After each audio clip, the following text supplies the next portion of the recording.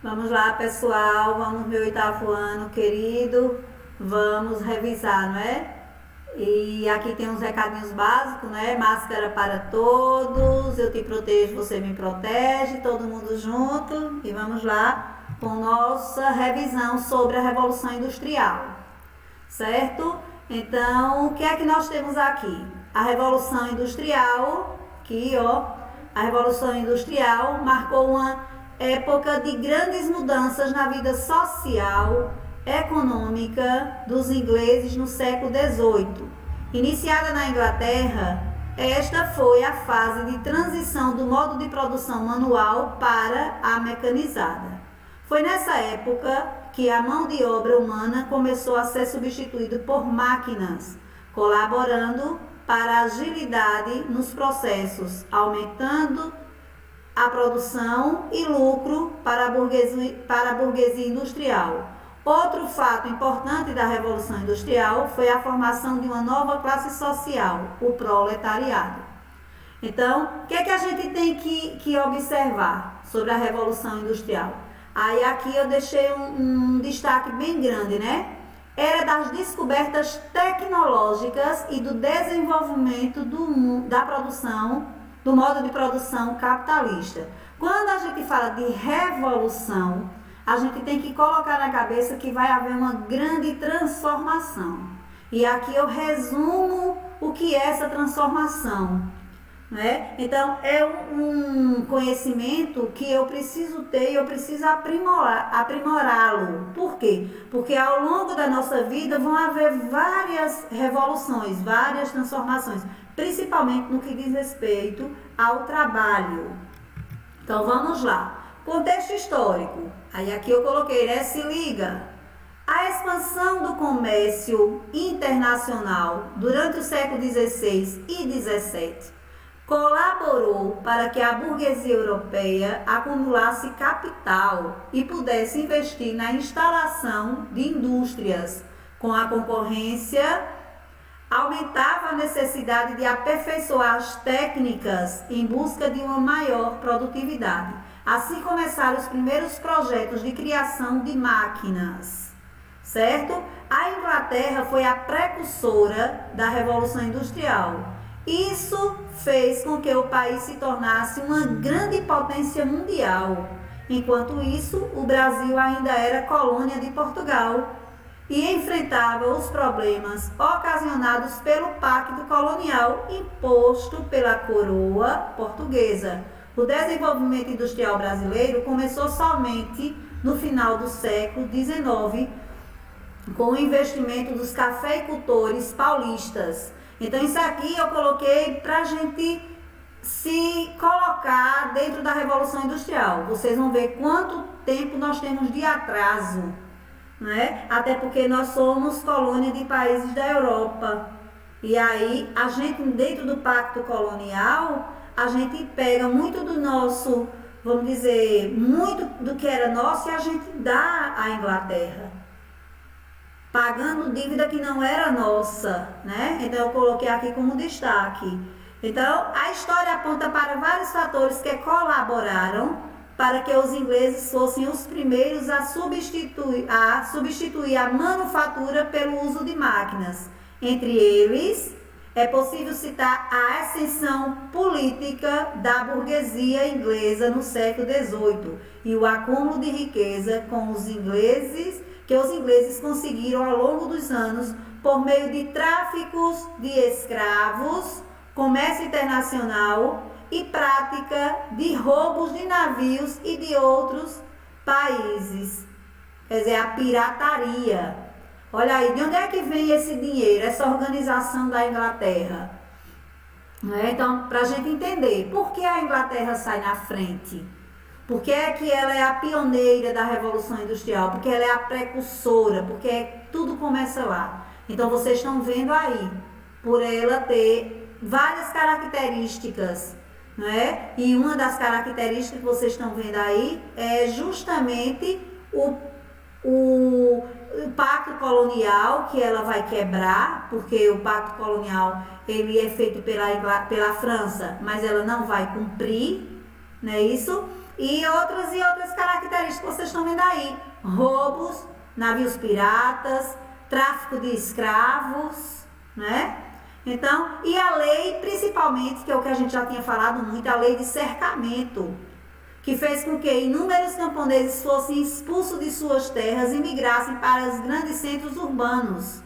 Além disso, outros fatores que favoreceram a Inglaterra nesta fase foram as grandes reservas de minério de carvão, essenciais para a fabricação de produtos e funcionamento da máquina a vapor. A gente já tinha falado muito sobre esses dois pontos, a lei de cercamento. Porque a lei de cercamento, ela obriga o homem do campo vir para os centros. E aí ele vem para o centro sem emprego. Então ele é obrigado a trabalhar no que aparecer para sobreviver, para comer, né? Que é a lei de cercamento. Então vamos lá. Consequências da Revolução Industrial. Então vejam aí o que a gente acabou de dizer. O êxodo rural, provocado pela política de cercamento de terras, né? Que fez com que crescesse a mão de obra nas indústrias e, consequentemente, obtinha-se a produção em larga escala. Mas, apesar do aumento da produção de mercadorias em curto tempo, a classe operária sofria com as péssimas condições de trabalho e baixas remunerações. Então, a gente casa a lei de cercamento com tudo isso que vocês acabaram de ouvir, né? O êxodo rural, o homem vem para a cidade e ele vem se submeter a qualquer forma de trabalho. Quer dizer, ele vai ser mal remunerado, ele vai ter péssimas condições de trabalho, mas ele precisa trabalhar para sobreviver, certo? Então, expostos a doenças e acidentes de trabalho, além de extensas cargas horárias a qual eram submetidos, os trabalhadores se uniram em grupos e organizaram movimentos como o ludismo e o catismo. Os ludistas ficaram conhecidos como quebradores de máquinas, por usarem de meios violentos para reivindicar seus direitos trabalhistas. Eles invadiam as fábricas e quebravam os equipamentos. Já os cartistas protestavam seus direitos de formas mais pacíficas, por meio da política. Milhares de trabalhadores participaram de comícios e manifestações em todo o país. O nome do movimento tem relação com a Carta do Povo, escrita em 1838 pelo radical William Lovett. O documento registra todas as reivindicações da classe operária, não apenas em relação às causas trabalhistas, mas também sobre os direitos políticos, como a criação do voto secreto, a igualdade de direitos eleitorais, a abolição do voto censitário e a remuneração dos parlamentares. A Revolução Industrial trouxe ainda com ela o aumento da poluição ambiental, devido à expansão de indústrias e grandes quantidades de máquinas a vapor em funcionamento no país. A alienação provocada pela divisão de atividades, pois o trabalhador se dedicava exclusivamente a uma fase do processo de produção. Crescimento desordenado das cidades, com o processo de urbanização e exploração da mão de obra infantil, por serem mais baratas para os donos das indústrias. Então vejam bem, tudo isso que a professora Betânia acabou de ler aqui, vocês já têm mais ou menos uma ideia, né? Vocês podem pensar assim, professora, o ludismo foi um movimento que não foi pacífico e ele não deveria ter acontecido. Mas se não tivesse sido o ludismo, o carticismo não tinha acontecido. Porque a revolta, em alguns momentos, ela se faz necessária. E às vezes ela pacífica, ela não rende um resultado tão de imediato, ou então uma preocupação quanto um documento, por exemplo, um documento se engaveta, deixa para lá. Já aquilo que amedronta, você tem que fazer porque você não pode correr o risco de que aquilo aconteça de novo, né? Então uma coisa também muito interessante é o que eles cobravam nessa carta do povo, né? O que é que estava sendo cobrado, né? A exploração da mão de obra infantil. O que é que eles estão pontuando? Um movimento está ligado diretamente ao outro. Um apoiou o outro. Um fez com que o outro tivesse resultados. Certo? Então vamos lá. Resumindo, Revolução Industrial está sendo dividida aí em duas etapas. Primeira etapa, no século XVIII, a tecnologia era ferro e vapor, setores em destaque, têxtil, siderúrgica, agrícola, localização em destaque é a Europa, certo? Aí tem aí Inglaterra, Bélgica e França. Segunda etapa, século XIX, tecnologia, aço, petróleo e eletricidade, setores em destaque, petroquímica, metalúrgicas e automotivas, locais em destaque, Europa, Estados Unidos e Japão. Então vamos lá. Resumindo aqui, né, a economia, como era essa economia? Na primeira fase, como era essa economia? Economia, fortalecimento do capitalismo, crescimento econômico, trabalho assalariado, mudança do centro econômico do Mediterrâneo, norte europeu e Estados Unidos. E as consequências, vamos lá. Política, surgimento de teorias opostas ao capitalismo, desenvolvimento das ideias do liberalismo econômico, certo? E aqui, vamos para a segunda. Sociais, como é que estava a parte social? Êxodo rural e urbanização, surgimento de classes operárias, enfraquecimento dos laços familiares e as consequências, vamos lá. Ambientais, poluição de recursos hídricos e do ar, maior extração de matéria-prima. Então, o que nós tínhamos visto na página anterior, a gente fecha com esse resumo, certo? E uma coisa que eu tenho para destacar no texto anterior é o que vocês viram no filme Tempos Modernos de Charlie Chaplin, né? Quando ele diz aqui essa divisão de trabalho, que ela faz a alienação, você só sabe fazer aquilo. Se vocês observarem o filme que vocês assistiram, quem assistiu vai ver que eles faziam tanto a mesma coisa, como ele apertava tanto o parafuso, que ele não podia ver nada no formato de um parafuso que ele já ia apertar. Ele terminou ficando doido, de tanto que fazia a mesma coisa, certo? Então vamos lá, fase da Revolução Industrial. A Revolução Industrial foi um fator importante para o desenvolvimento do capitalismo, que teve seu início marcado nos séculos finais da Idade Média, dividida em 3 períodos. Essa fase de transição do modo de produção artesanal para o uso da máquina proporcionou mudanças significativas no âmbito social, político e econômico em todo o mundo. Confira os principais acontecimentos da Revolução Industrial deste século, desde o século XVIII até os dias atuais. Primeira Revolução Industrial. A primeira fase da Revolução Industrial data do século XVIII na Inglaterra, onde a invenção das máquinas ganhou mais forças e revolucionou os modos de produção. Nesta época, o uso do carvão e do ferro puderam garantir o avanço do transporte, levando as cidades europeias ao uso de locomotivas e navios a vapor. A indústria têxtil também ganhou destaque na primeira Revolução Industrial, com o surgimento do tear mecânico e da máquina de fiar. Não é? Uma coisa também que a gente tem que destacar, a partir da Revolução Industrial, começa a se ter uma nova classe, ou uma classe mais, vamos dizer, mais segura, uma classe mais apropriada, que é a do empresário, que é a do dono do modo de produção, certo? Então, aquele dono do modo de produção, ele explora o trabalhador, ele explora o produtor, certo? Ele explora aquele que vai trabalhar para ele. Então, vai haver, a partir daí, uma desigualdade imensa. Já se tinha, só que a gente não tinha noção dessa desigualdade.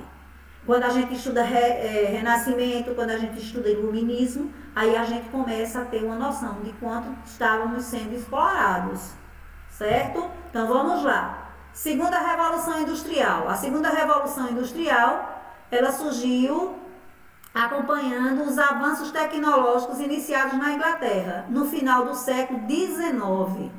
Outros países como a Alemanha, França, Rússia e Itália já utilizavam e produziam produtos com a ajuda das máquinas. Então vamos ver. A sociedade já usufruía de mais conforto e de mais opções de produtos no mercado para escolha, o que favorecia a concorrência e, consequentemente, o barateamento do custo. Nesse período, outras substâncias passaram a ser utilizadas como fonte de energia, a exemplo do petróleo para a combustão, a água nas usinas hidrelétricas e o urânio para a energia nuclear.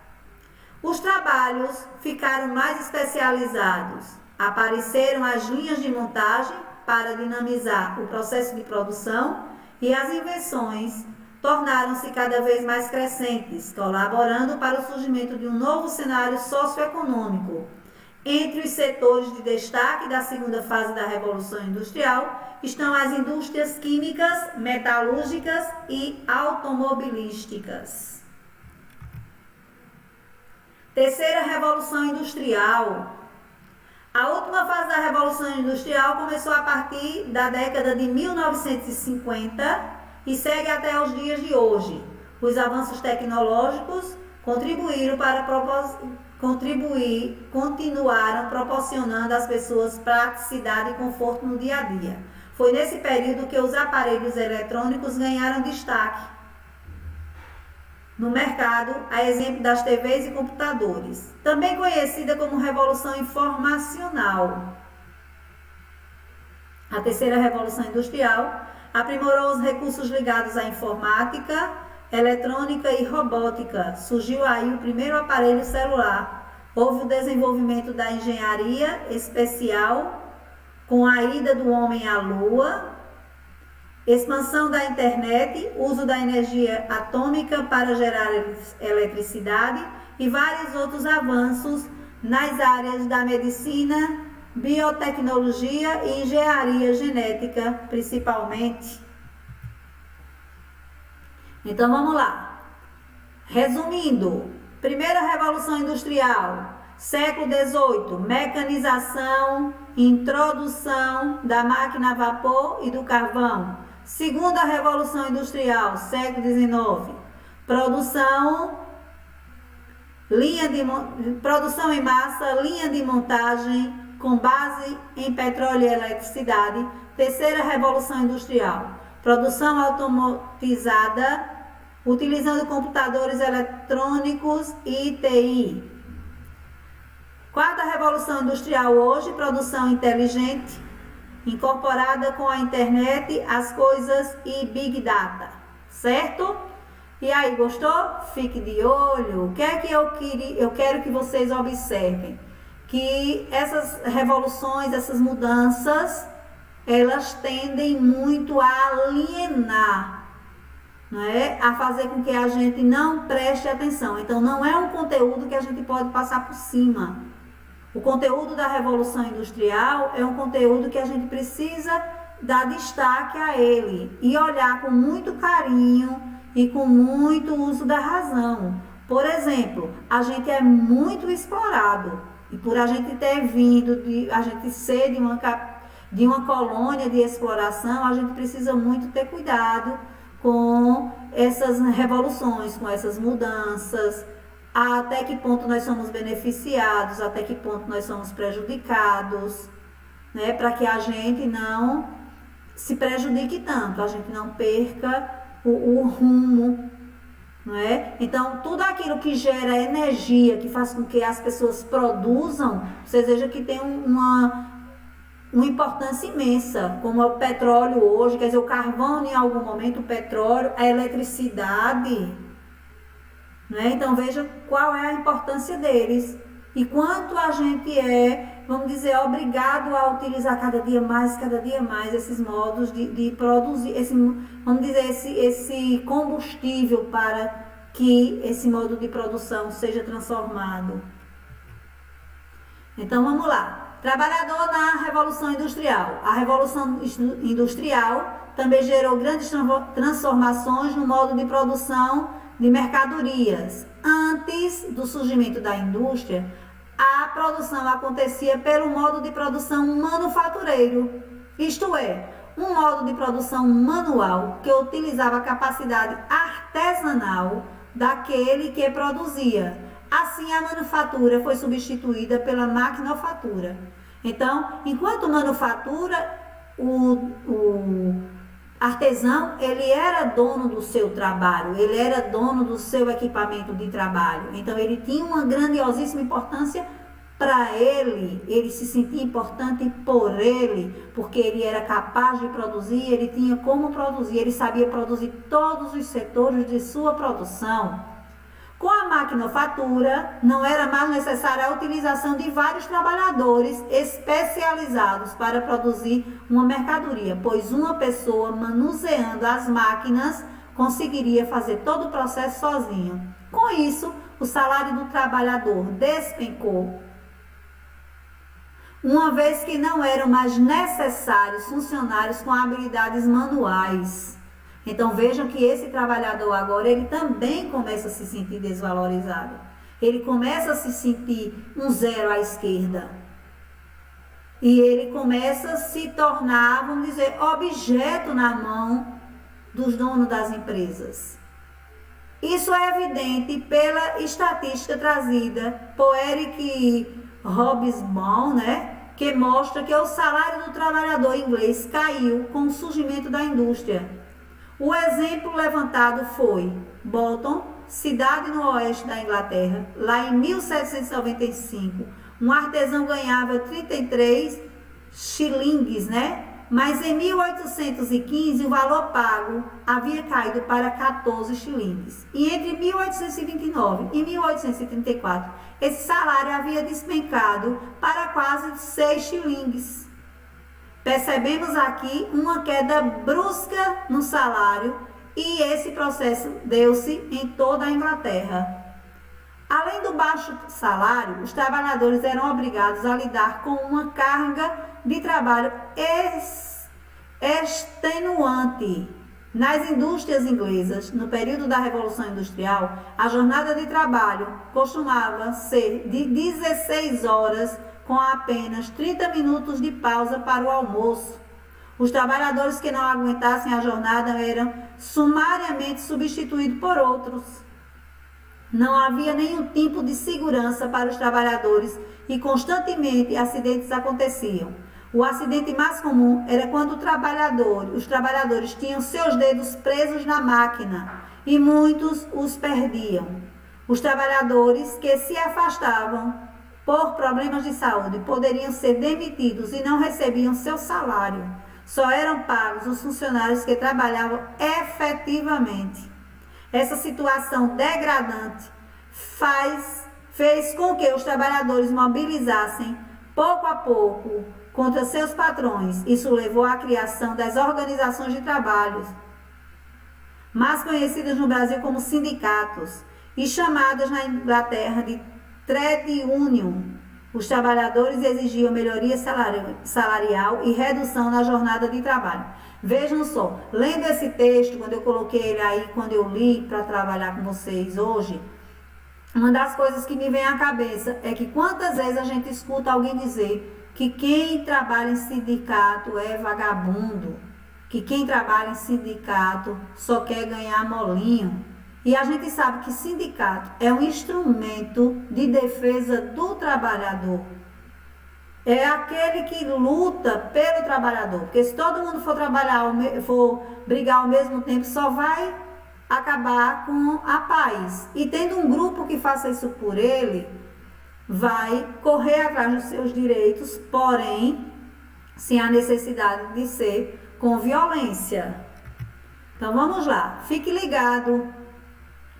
Dois grandes movimentos de trabalhadores surgiram nessa organização foram o ludismo e o cartismo. O ludismo teve atuação destacada no período entre 1811 e 1816 e sua estratégia consistia em invadir as fábricas e destruir as máquinas. Isso acontecia porque os adeptos do ludismo afirmavam que as máquinas estavam roubando os empregos dos homens e, portanto, deveriam ser destruídas. O movimento cartistas, por sua vez, surgiu na década de 1830 e lutava por direitos trabalhistas e políticos para a classe de trabalhadores da Inglaterra. Uma das principais exigências dos cartistas era o sufrágio universal masculino, isto é, o direito de que todos os homens pudessem votar. Os cartistas também exigiam que sua classe tivesse representatividade no parlamento inglês. A mobilização de trabalhadores resultou em algumas melhorias ao longo do século XIX. A pressão exercida pelos trabalhadores dava-se principalmente por meio de greve. Uma das melhorias mais sensíveis conquistadas pelos trabalhadores foi a redução da jornada de trabalho para 10 horas diárias. Então, só para a gente fechar, para resumir, ficar tudo direitinho na cabeça de vocês, tá certo? Então, eu termino com o encerramento daquilo que foi a luta ludista e cartista, certo? Para fazer com que hoje se tenha os direitos que nós temos. É as primeiras ideias que se tem de movimentos, de sindicatos. Vão surgir lá e aí as ideias vão passando para outras regiões, para outros países e hoje a gente já tem em todo que é local do mundo pessoas que lutam pelos direitos trabalhistas, certo? E aqui eu deixo um recadinho para vocês, dizendo a vocês que estou com saudade e é uma saudade verdadeira. Não vejo a hora de que a gente volte para a nossa sala de aula, que a gente tenha contato físico, mas para isso a gente precisa ter consciência de qual é o nosso papel, o que é que a gente precisa fazer, cada um fazer da sua parte, para que a gente volte o mais rápido possível. E vocês fazendo a parte de vocês, para que vocês tenham conhecimento, para que esse ano seja um ano também de grandes aprendizagens. Uma aprendizagem diferente, porém uma aprendizagem onde a gente vai ficar com ela para o resto da vida. Não é? Então que a gente tenha o horário de acordar, que a gente tenha o horário de cumprir com as nossas atividades, que a gente tire nossas dúvidas e que a gente não ache que nós estamos de férias. Né? Nós não estamos de férias. Infelizmente, nós estamos em um momento diferente que nós precisamos nos adaptar, certo? Um cheirão em todos e que, se Deus quiser e que Deus permita que a gente volte o mais rápido possível. Vamos rezar e vamos nos organizar. Horário de aula é horário de aula, horário de brincar é hora de brincar. Eu sei que é complicado para todo mundo, mas se cada um da gente tentar, a gente vai conseguir, cada um no seu tempo. Um cheirão, um abraço em todos.